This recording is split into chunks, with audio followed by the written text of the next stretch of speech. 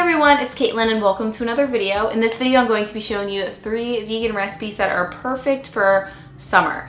They may look fancy, so they're great for parties or enjoying with friends, but they're made from pretty simple and straightforward steps as well as accessible ingredients. So today I'm going to show you how to make some vegan berry tarts with a vanilla custard, some no-bake almond butter bars, and last but certainly not least, a peanut butter cup pie. Before we move on, I want to say that this video is proudly sponsored by Nasoya Tofu, aka my favorite organic tofu company. You guys have seen me work with them here on my YouTube channel, and I'm proud to be an ambassador for them this year. Today we're going to be working with their organic silken tofu, and I know what you're thinking.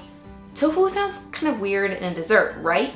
Wrong. Silken tofu is thick and creamy, and it still has a great source of protein, which dairy milk has, but a lot of plant-based milks don't have, so it can help give more heartiness to dishes. It's getting a little bit too in-depth, but basically this is really smooth and creamy, and it blends up well, and I promise you cannot even taste it in these recipes. We're going to be using it in the berry tarts as well as the peanut butter cup pie, so let's just get on to the recipes.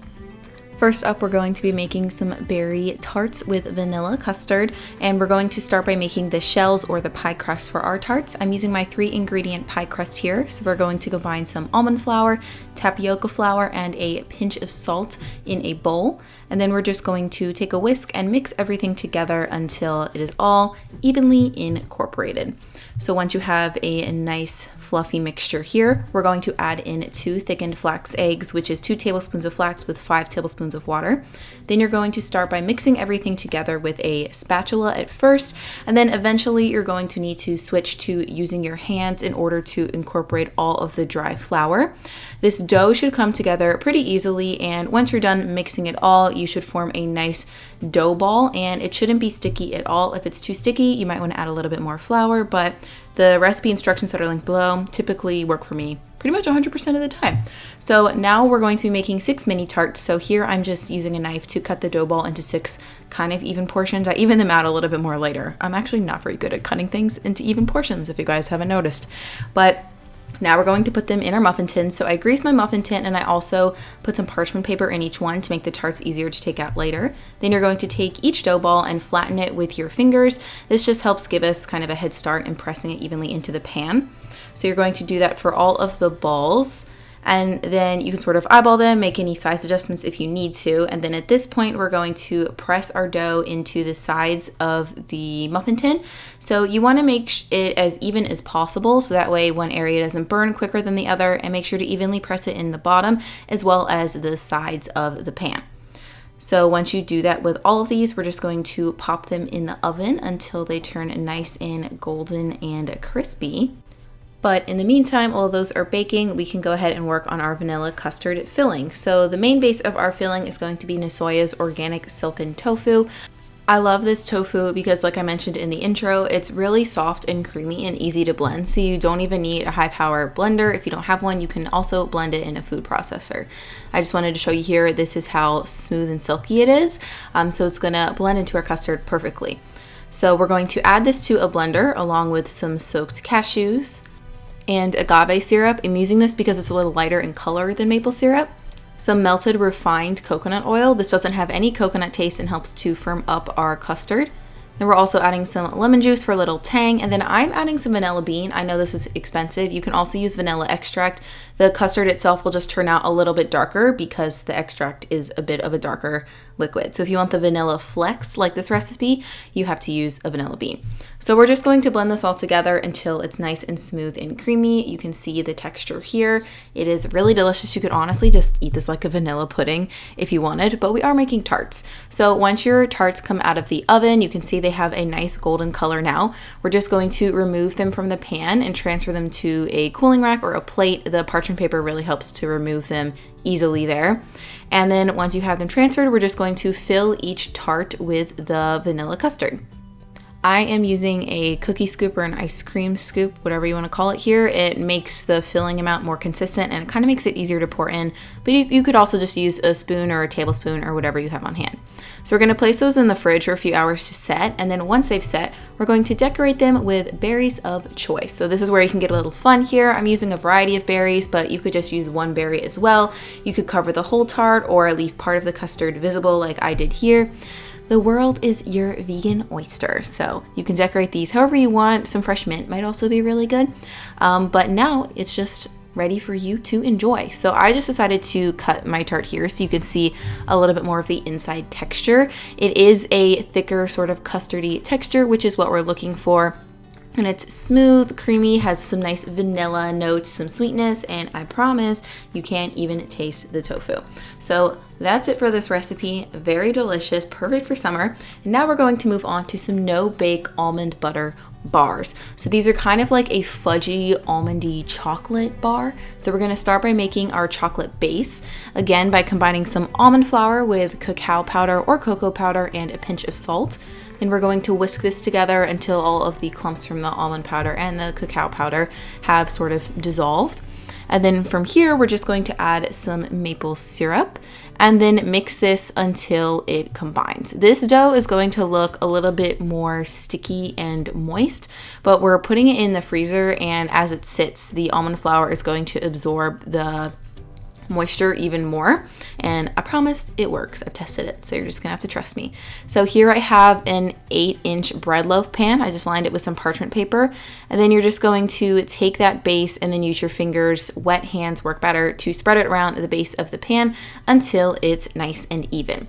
So then we're just going to set that aside for now while we work on our almond butter filling, which is very good. So obviously we're gonna start with some almond butter. I'm using a natural creamy almond butter.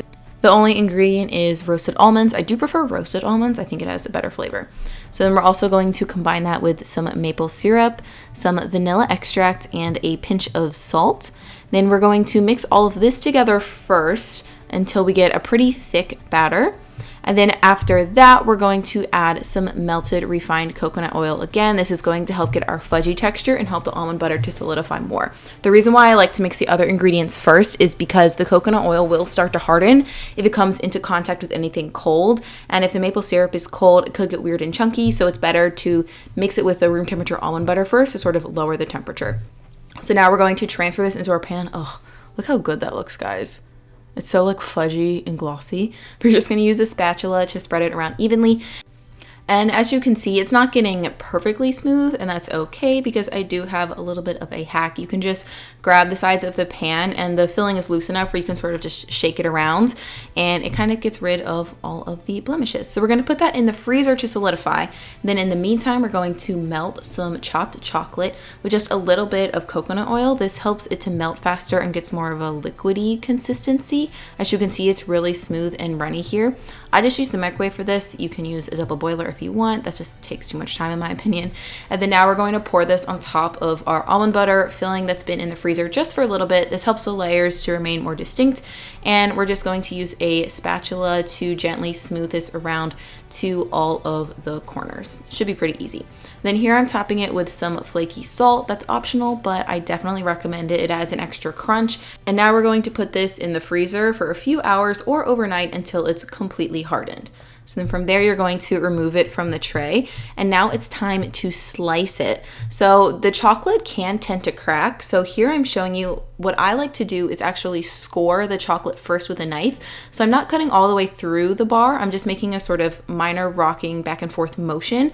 So I know my bars will, one, be more evenly sliced. And two, when I actually cut through the bars, I already have a mini break in the chocolate. So it's less likely to crack and shatter in other directions. So I'd really recommend that. Once you slice your bars, that's pretty much it. So you can store these in the fridge or the freezer. As you can see, they have a nice fudgy center. So in the fridge, it's more of like a fudge, but in the freezer, it's a little bit more hard and it'll melt in your mouth a little bit more as you're eating it. So whatever you decide to do, these are really delicious. They did not last long in our house at all. Dylan keeps requesting that I make another batch. And now that I'm watching this video and doing the voiceover, I think that needs to happen ASAP. So last but not least, we're making another no-bake recipe. This time it's going to be a peanut butter cup pie. So we're going to start with our crust, and I didn't want to use Oreos because they're not really gluten-free. Sometimes they're hard to find. So instead we're going to be using brown rice cereal. I just combined it with some cacao powder and a pinch of salt, and now I'm going to pulse it in a food processor until it's kind of broken down. As you can see, there are still some larger pieces of rice, but that's okay because now we're going to be adding some maple syrup and peanut butter. I actually ended up adding a little bit more than this. The full instructions are in the recipe below, but then you're just going to pulse this again until it's well combined. So the cereal is still going to stay kind of crunchy and give you a nice like chunky crunch like it was a cookie, but it looks nice and dark and like Oreo-like, and you want it to sort of hold together in your hand when you squeeze it. That's when you know it's ready. So now we're going to put this into a pan. I'm using a slightly stained tart pan, but you can also use a pie pan as well. So here I'm just using my hands to press this into the bottom of the pan. This will only coat the bottom of the pan, so if you want coating for the sides, you can just 1.5 times the recipe. I have the measurements for that in the blog post, which is linked in the description below. So once you get a nice firm, even layer, you can go ahead and set this aside, and we're actually going to add another layer to our base, which is going to be melted chocolate. So this may sound like extra work, but I promise it's worth it. So here I'm just adding some chocolate chips, and I'm melting them in the microwave until it's smooth and creamy. Adding this chocolate layer to our no-bake crust helps to keep it crunchy because our filling is a little bit more moist. So the chocolate sort of serves as a barrier between the more liquidy filling and our base, and it also gets nice and crunchy too. So it adds an extra firm layer to it like it was a crispy Oreo crust. So here I just added the melted chocolate to the pie pan, and I'm using a spatula to slowly spread it around. As you can see, it's starting to kind of pick up pieces of the pie crust, but at the end of the day, that's okay. We just want a thin layer over everything, and we're gonna be covering this anyway, so it's okay if it looks a little bit messy. Honestly, it looks really kind of good. I could probably eat this like a cookie. And so now we're going to work on our filling. Again, we're going to be using silken tofu as our base. So we're going to add that to our food processor along with some creamy peanut butter. This peanut butter has peanuts and salt. And then now we're going to add some maple syrup and some lemon juice. That's going to give it more of a tang. We're also going to add some vanilla extract and a tiny pinch of salt. If your peanut butter is unsalted, you want to add a little bit more salt. So now we're just going to blend this for about 60 or so seconds until everything becomes fully incorporated and emulsified, and as you can see, forms a luscious sort of peanut buttery pudding. So again, you could just eat it like pudding if you want, but we're making pie. So in the meantime, I placed the pie crust in the freezer so the chocolate was nice and set, and then now I'm just adding that peanut butter filling on top of the pie and using a spatula to spread it around.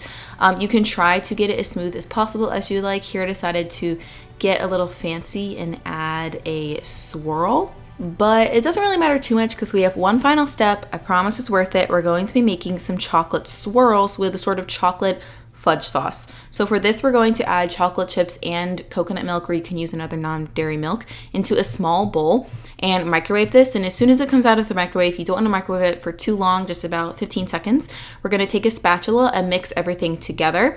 The milk combines with the chocolate chips, and if you don't overcook it, the chocolate won't seize or anything, and it becomes a little bit more of a thicker sauce. So now I'm just dolloping the sauce all over the top of the pie. It's a little thicker than the pie crust, so it's going to stay on top in solid chunks, and you can just kind of put it in random spots wherever you want. And then now for the fun part, you're going to take a toothpick or like a skewer and just slide it through the chocolate and form these fun little swirls. So you can do as many or as few as you'd like. I think this part looks really cool, so I wanted to include the full time lapse in here, and yeah, it just looks really fancy, but it's really just a toothpick. So now we're going to place this in the fridge or the freezer to set, depending on how much time you have. And this is what it should look like once it's finished. So then whenever you're ready, you can just slice it and serve it. This is more of a pudding pie. So here I'm cutting it from frozen. I found it was a little easier to get firmer pieces, but it's still totally possible to cut from the fridge as well. If you do make it from frozen, I recommend letting it sit until it's fully thawed before you enjoy it, and then that's where you're going to get that creamy, puddingy consistency. All right, guys, there you have it. Let me know in the comments below which one of these 3 recipes you'd want to make first. But you know, you should make all of them because they're very delicious, very appropriate for summer. I just feel really special when I eat them because they look so cute and pretty, but they also taste really good. So you know, you should try it too. And also, again, thank you to Nisoya for sponsoring this video. If you want to find their products in a store near you, I'll link their store locator in the description of this video. And I'm also going to link all of the recipes, as always, in the description of the video so you can check them out for exact measurements, directions, etc., as well as an image to save into Pinterest for later. So that's all for me today. I hope you guys are having an awesome day and continue to have one, and I look forward to seeing you in the next video. Bye!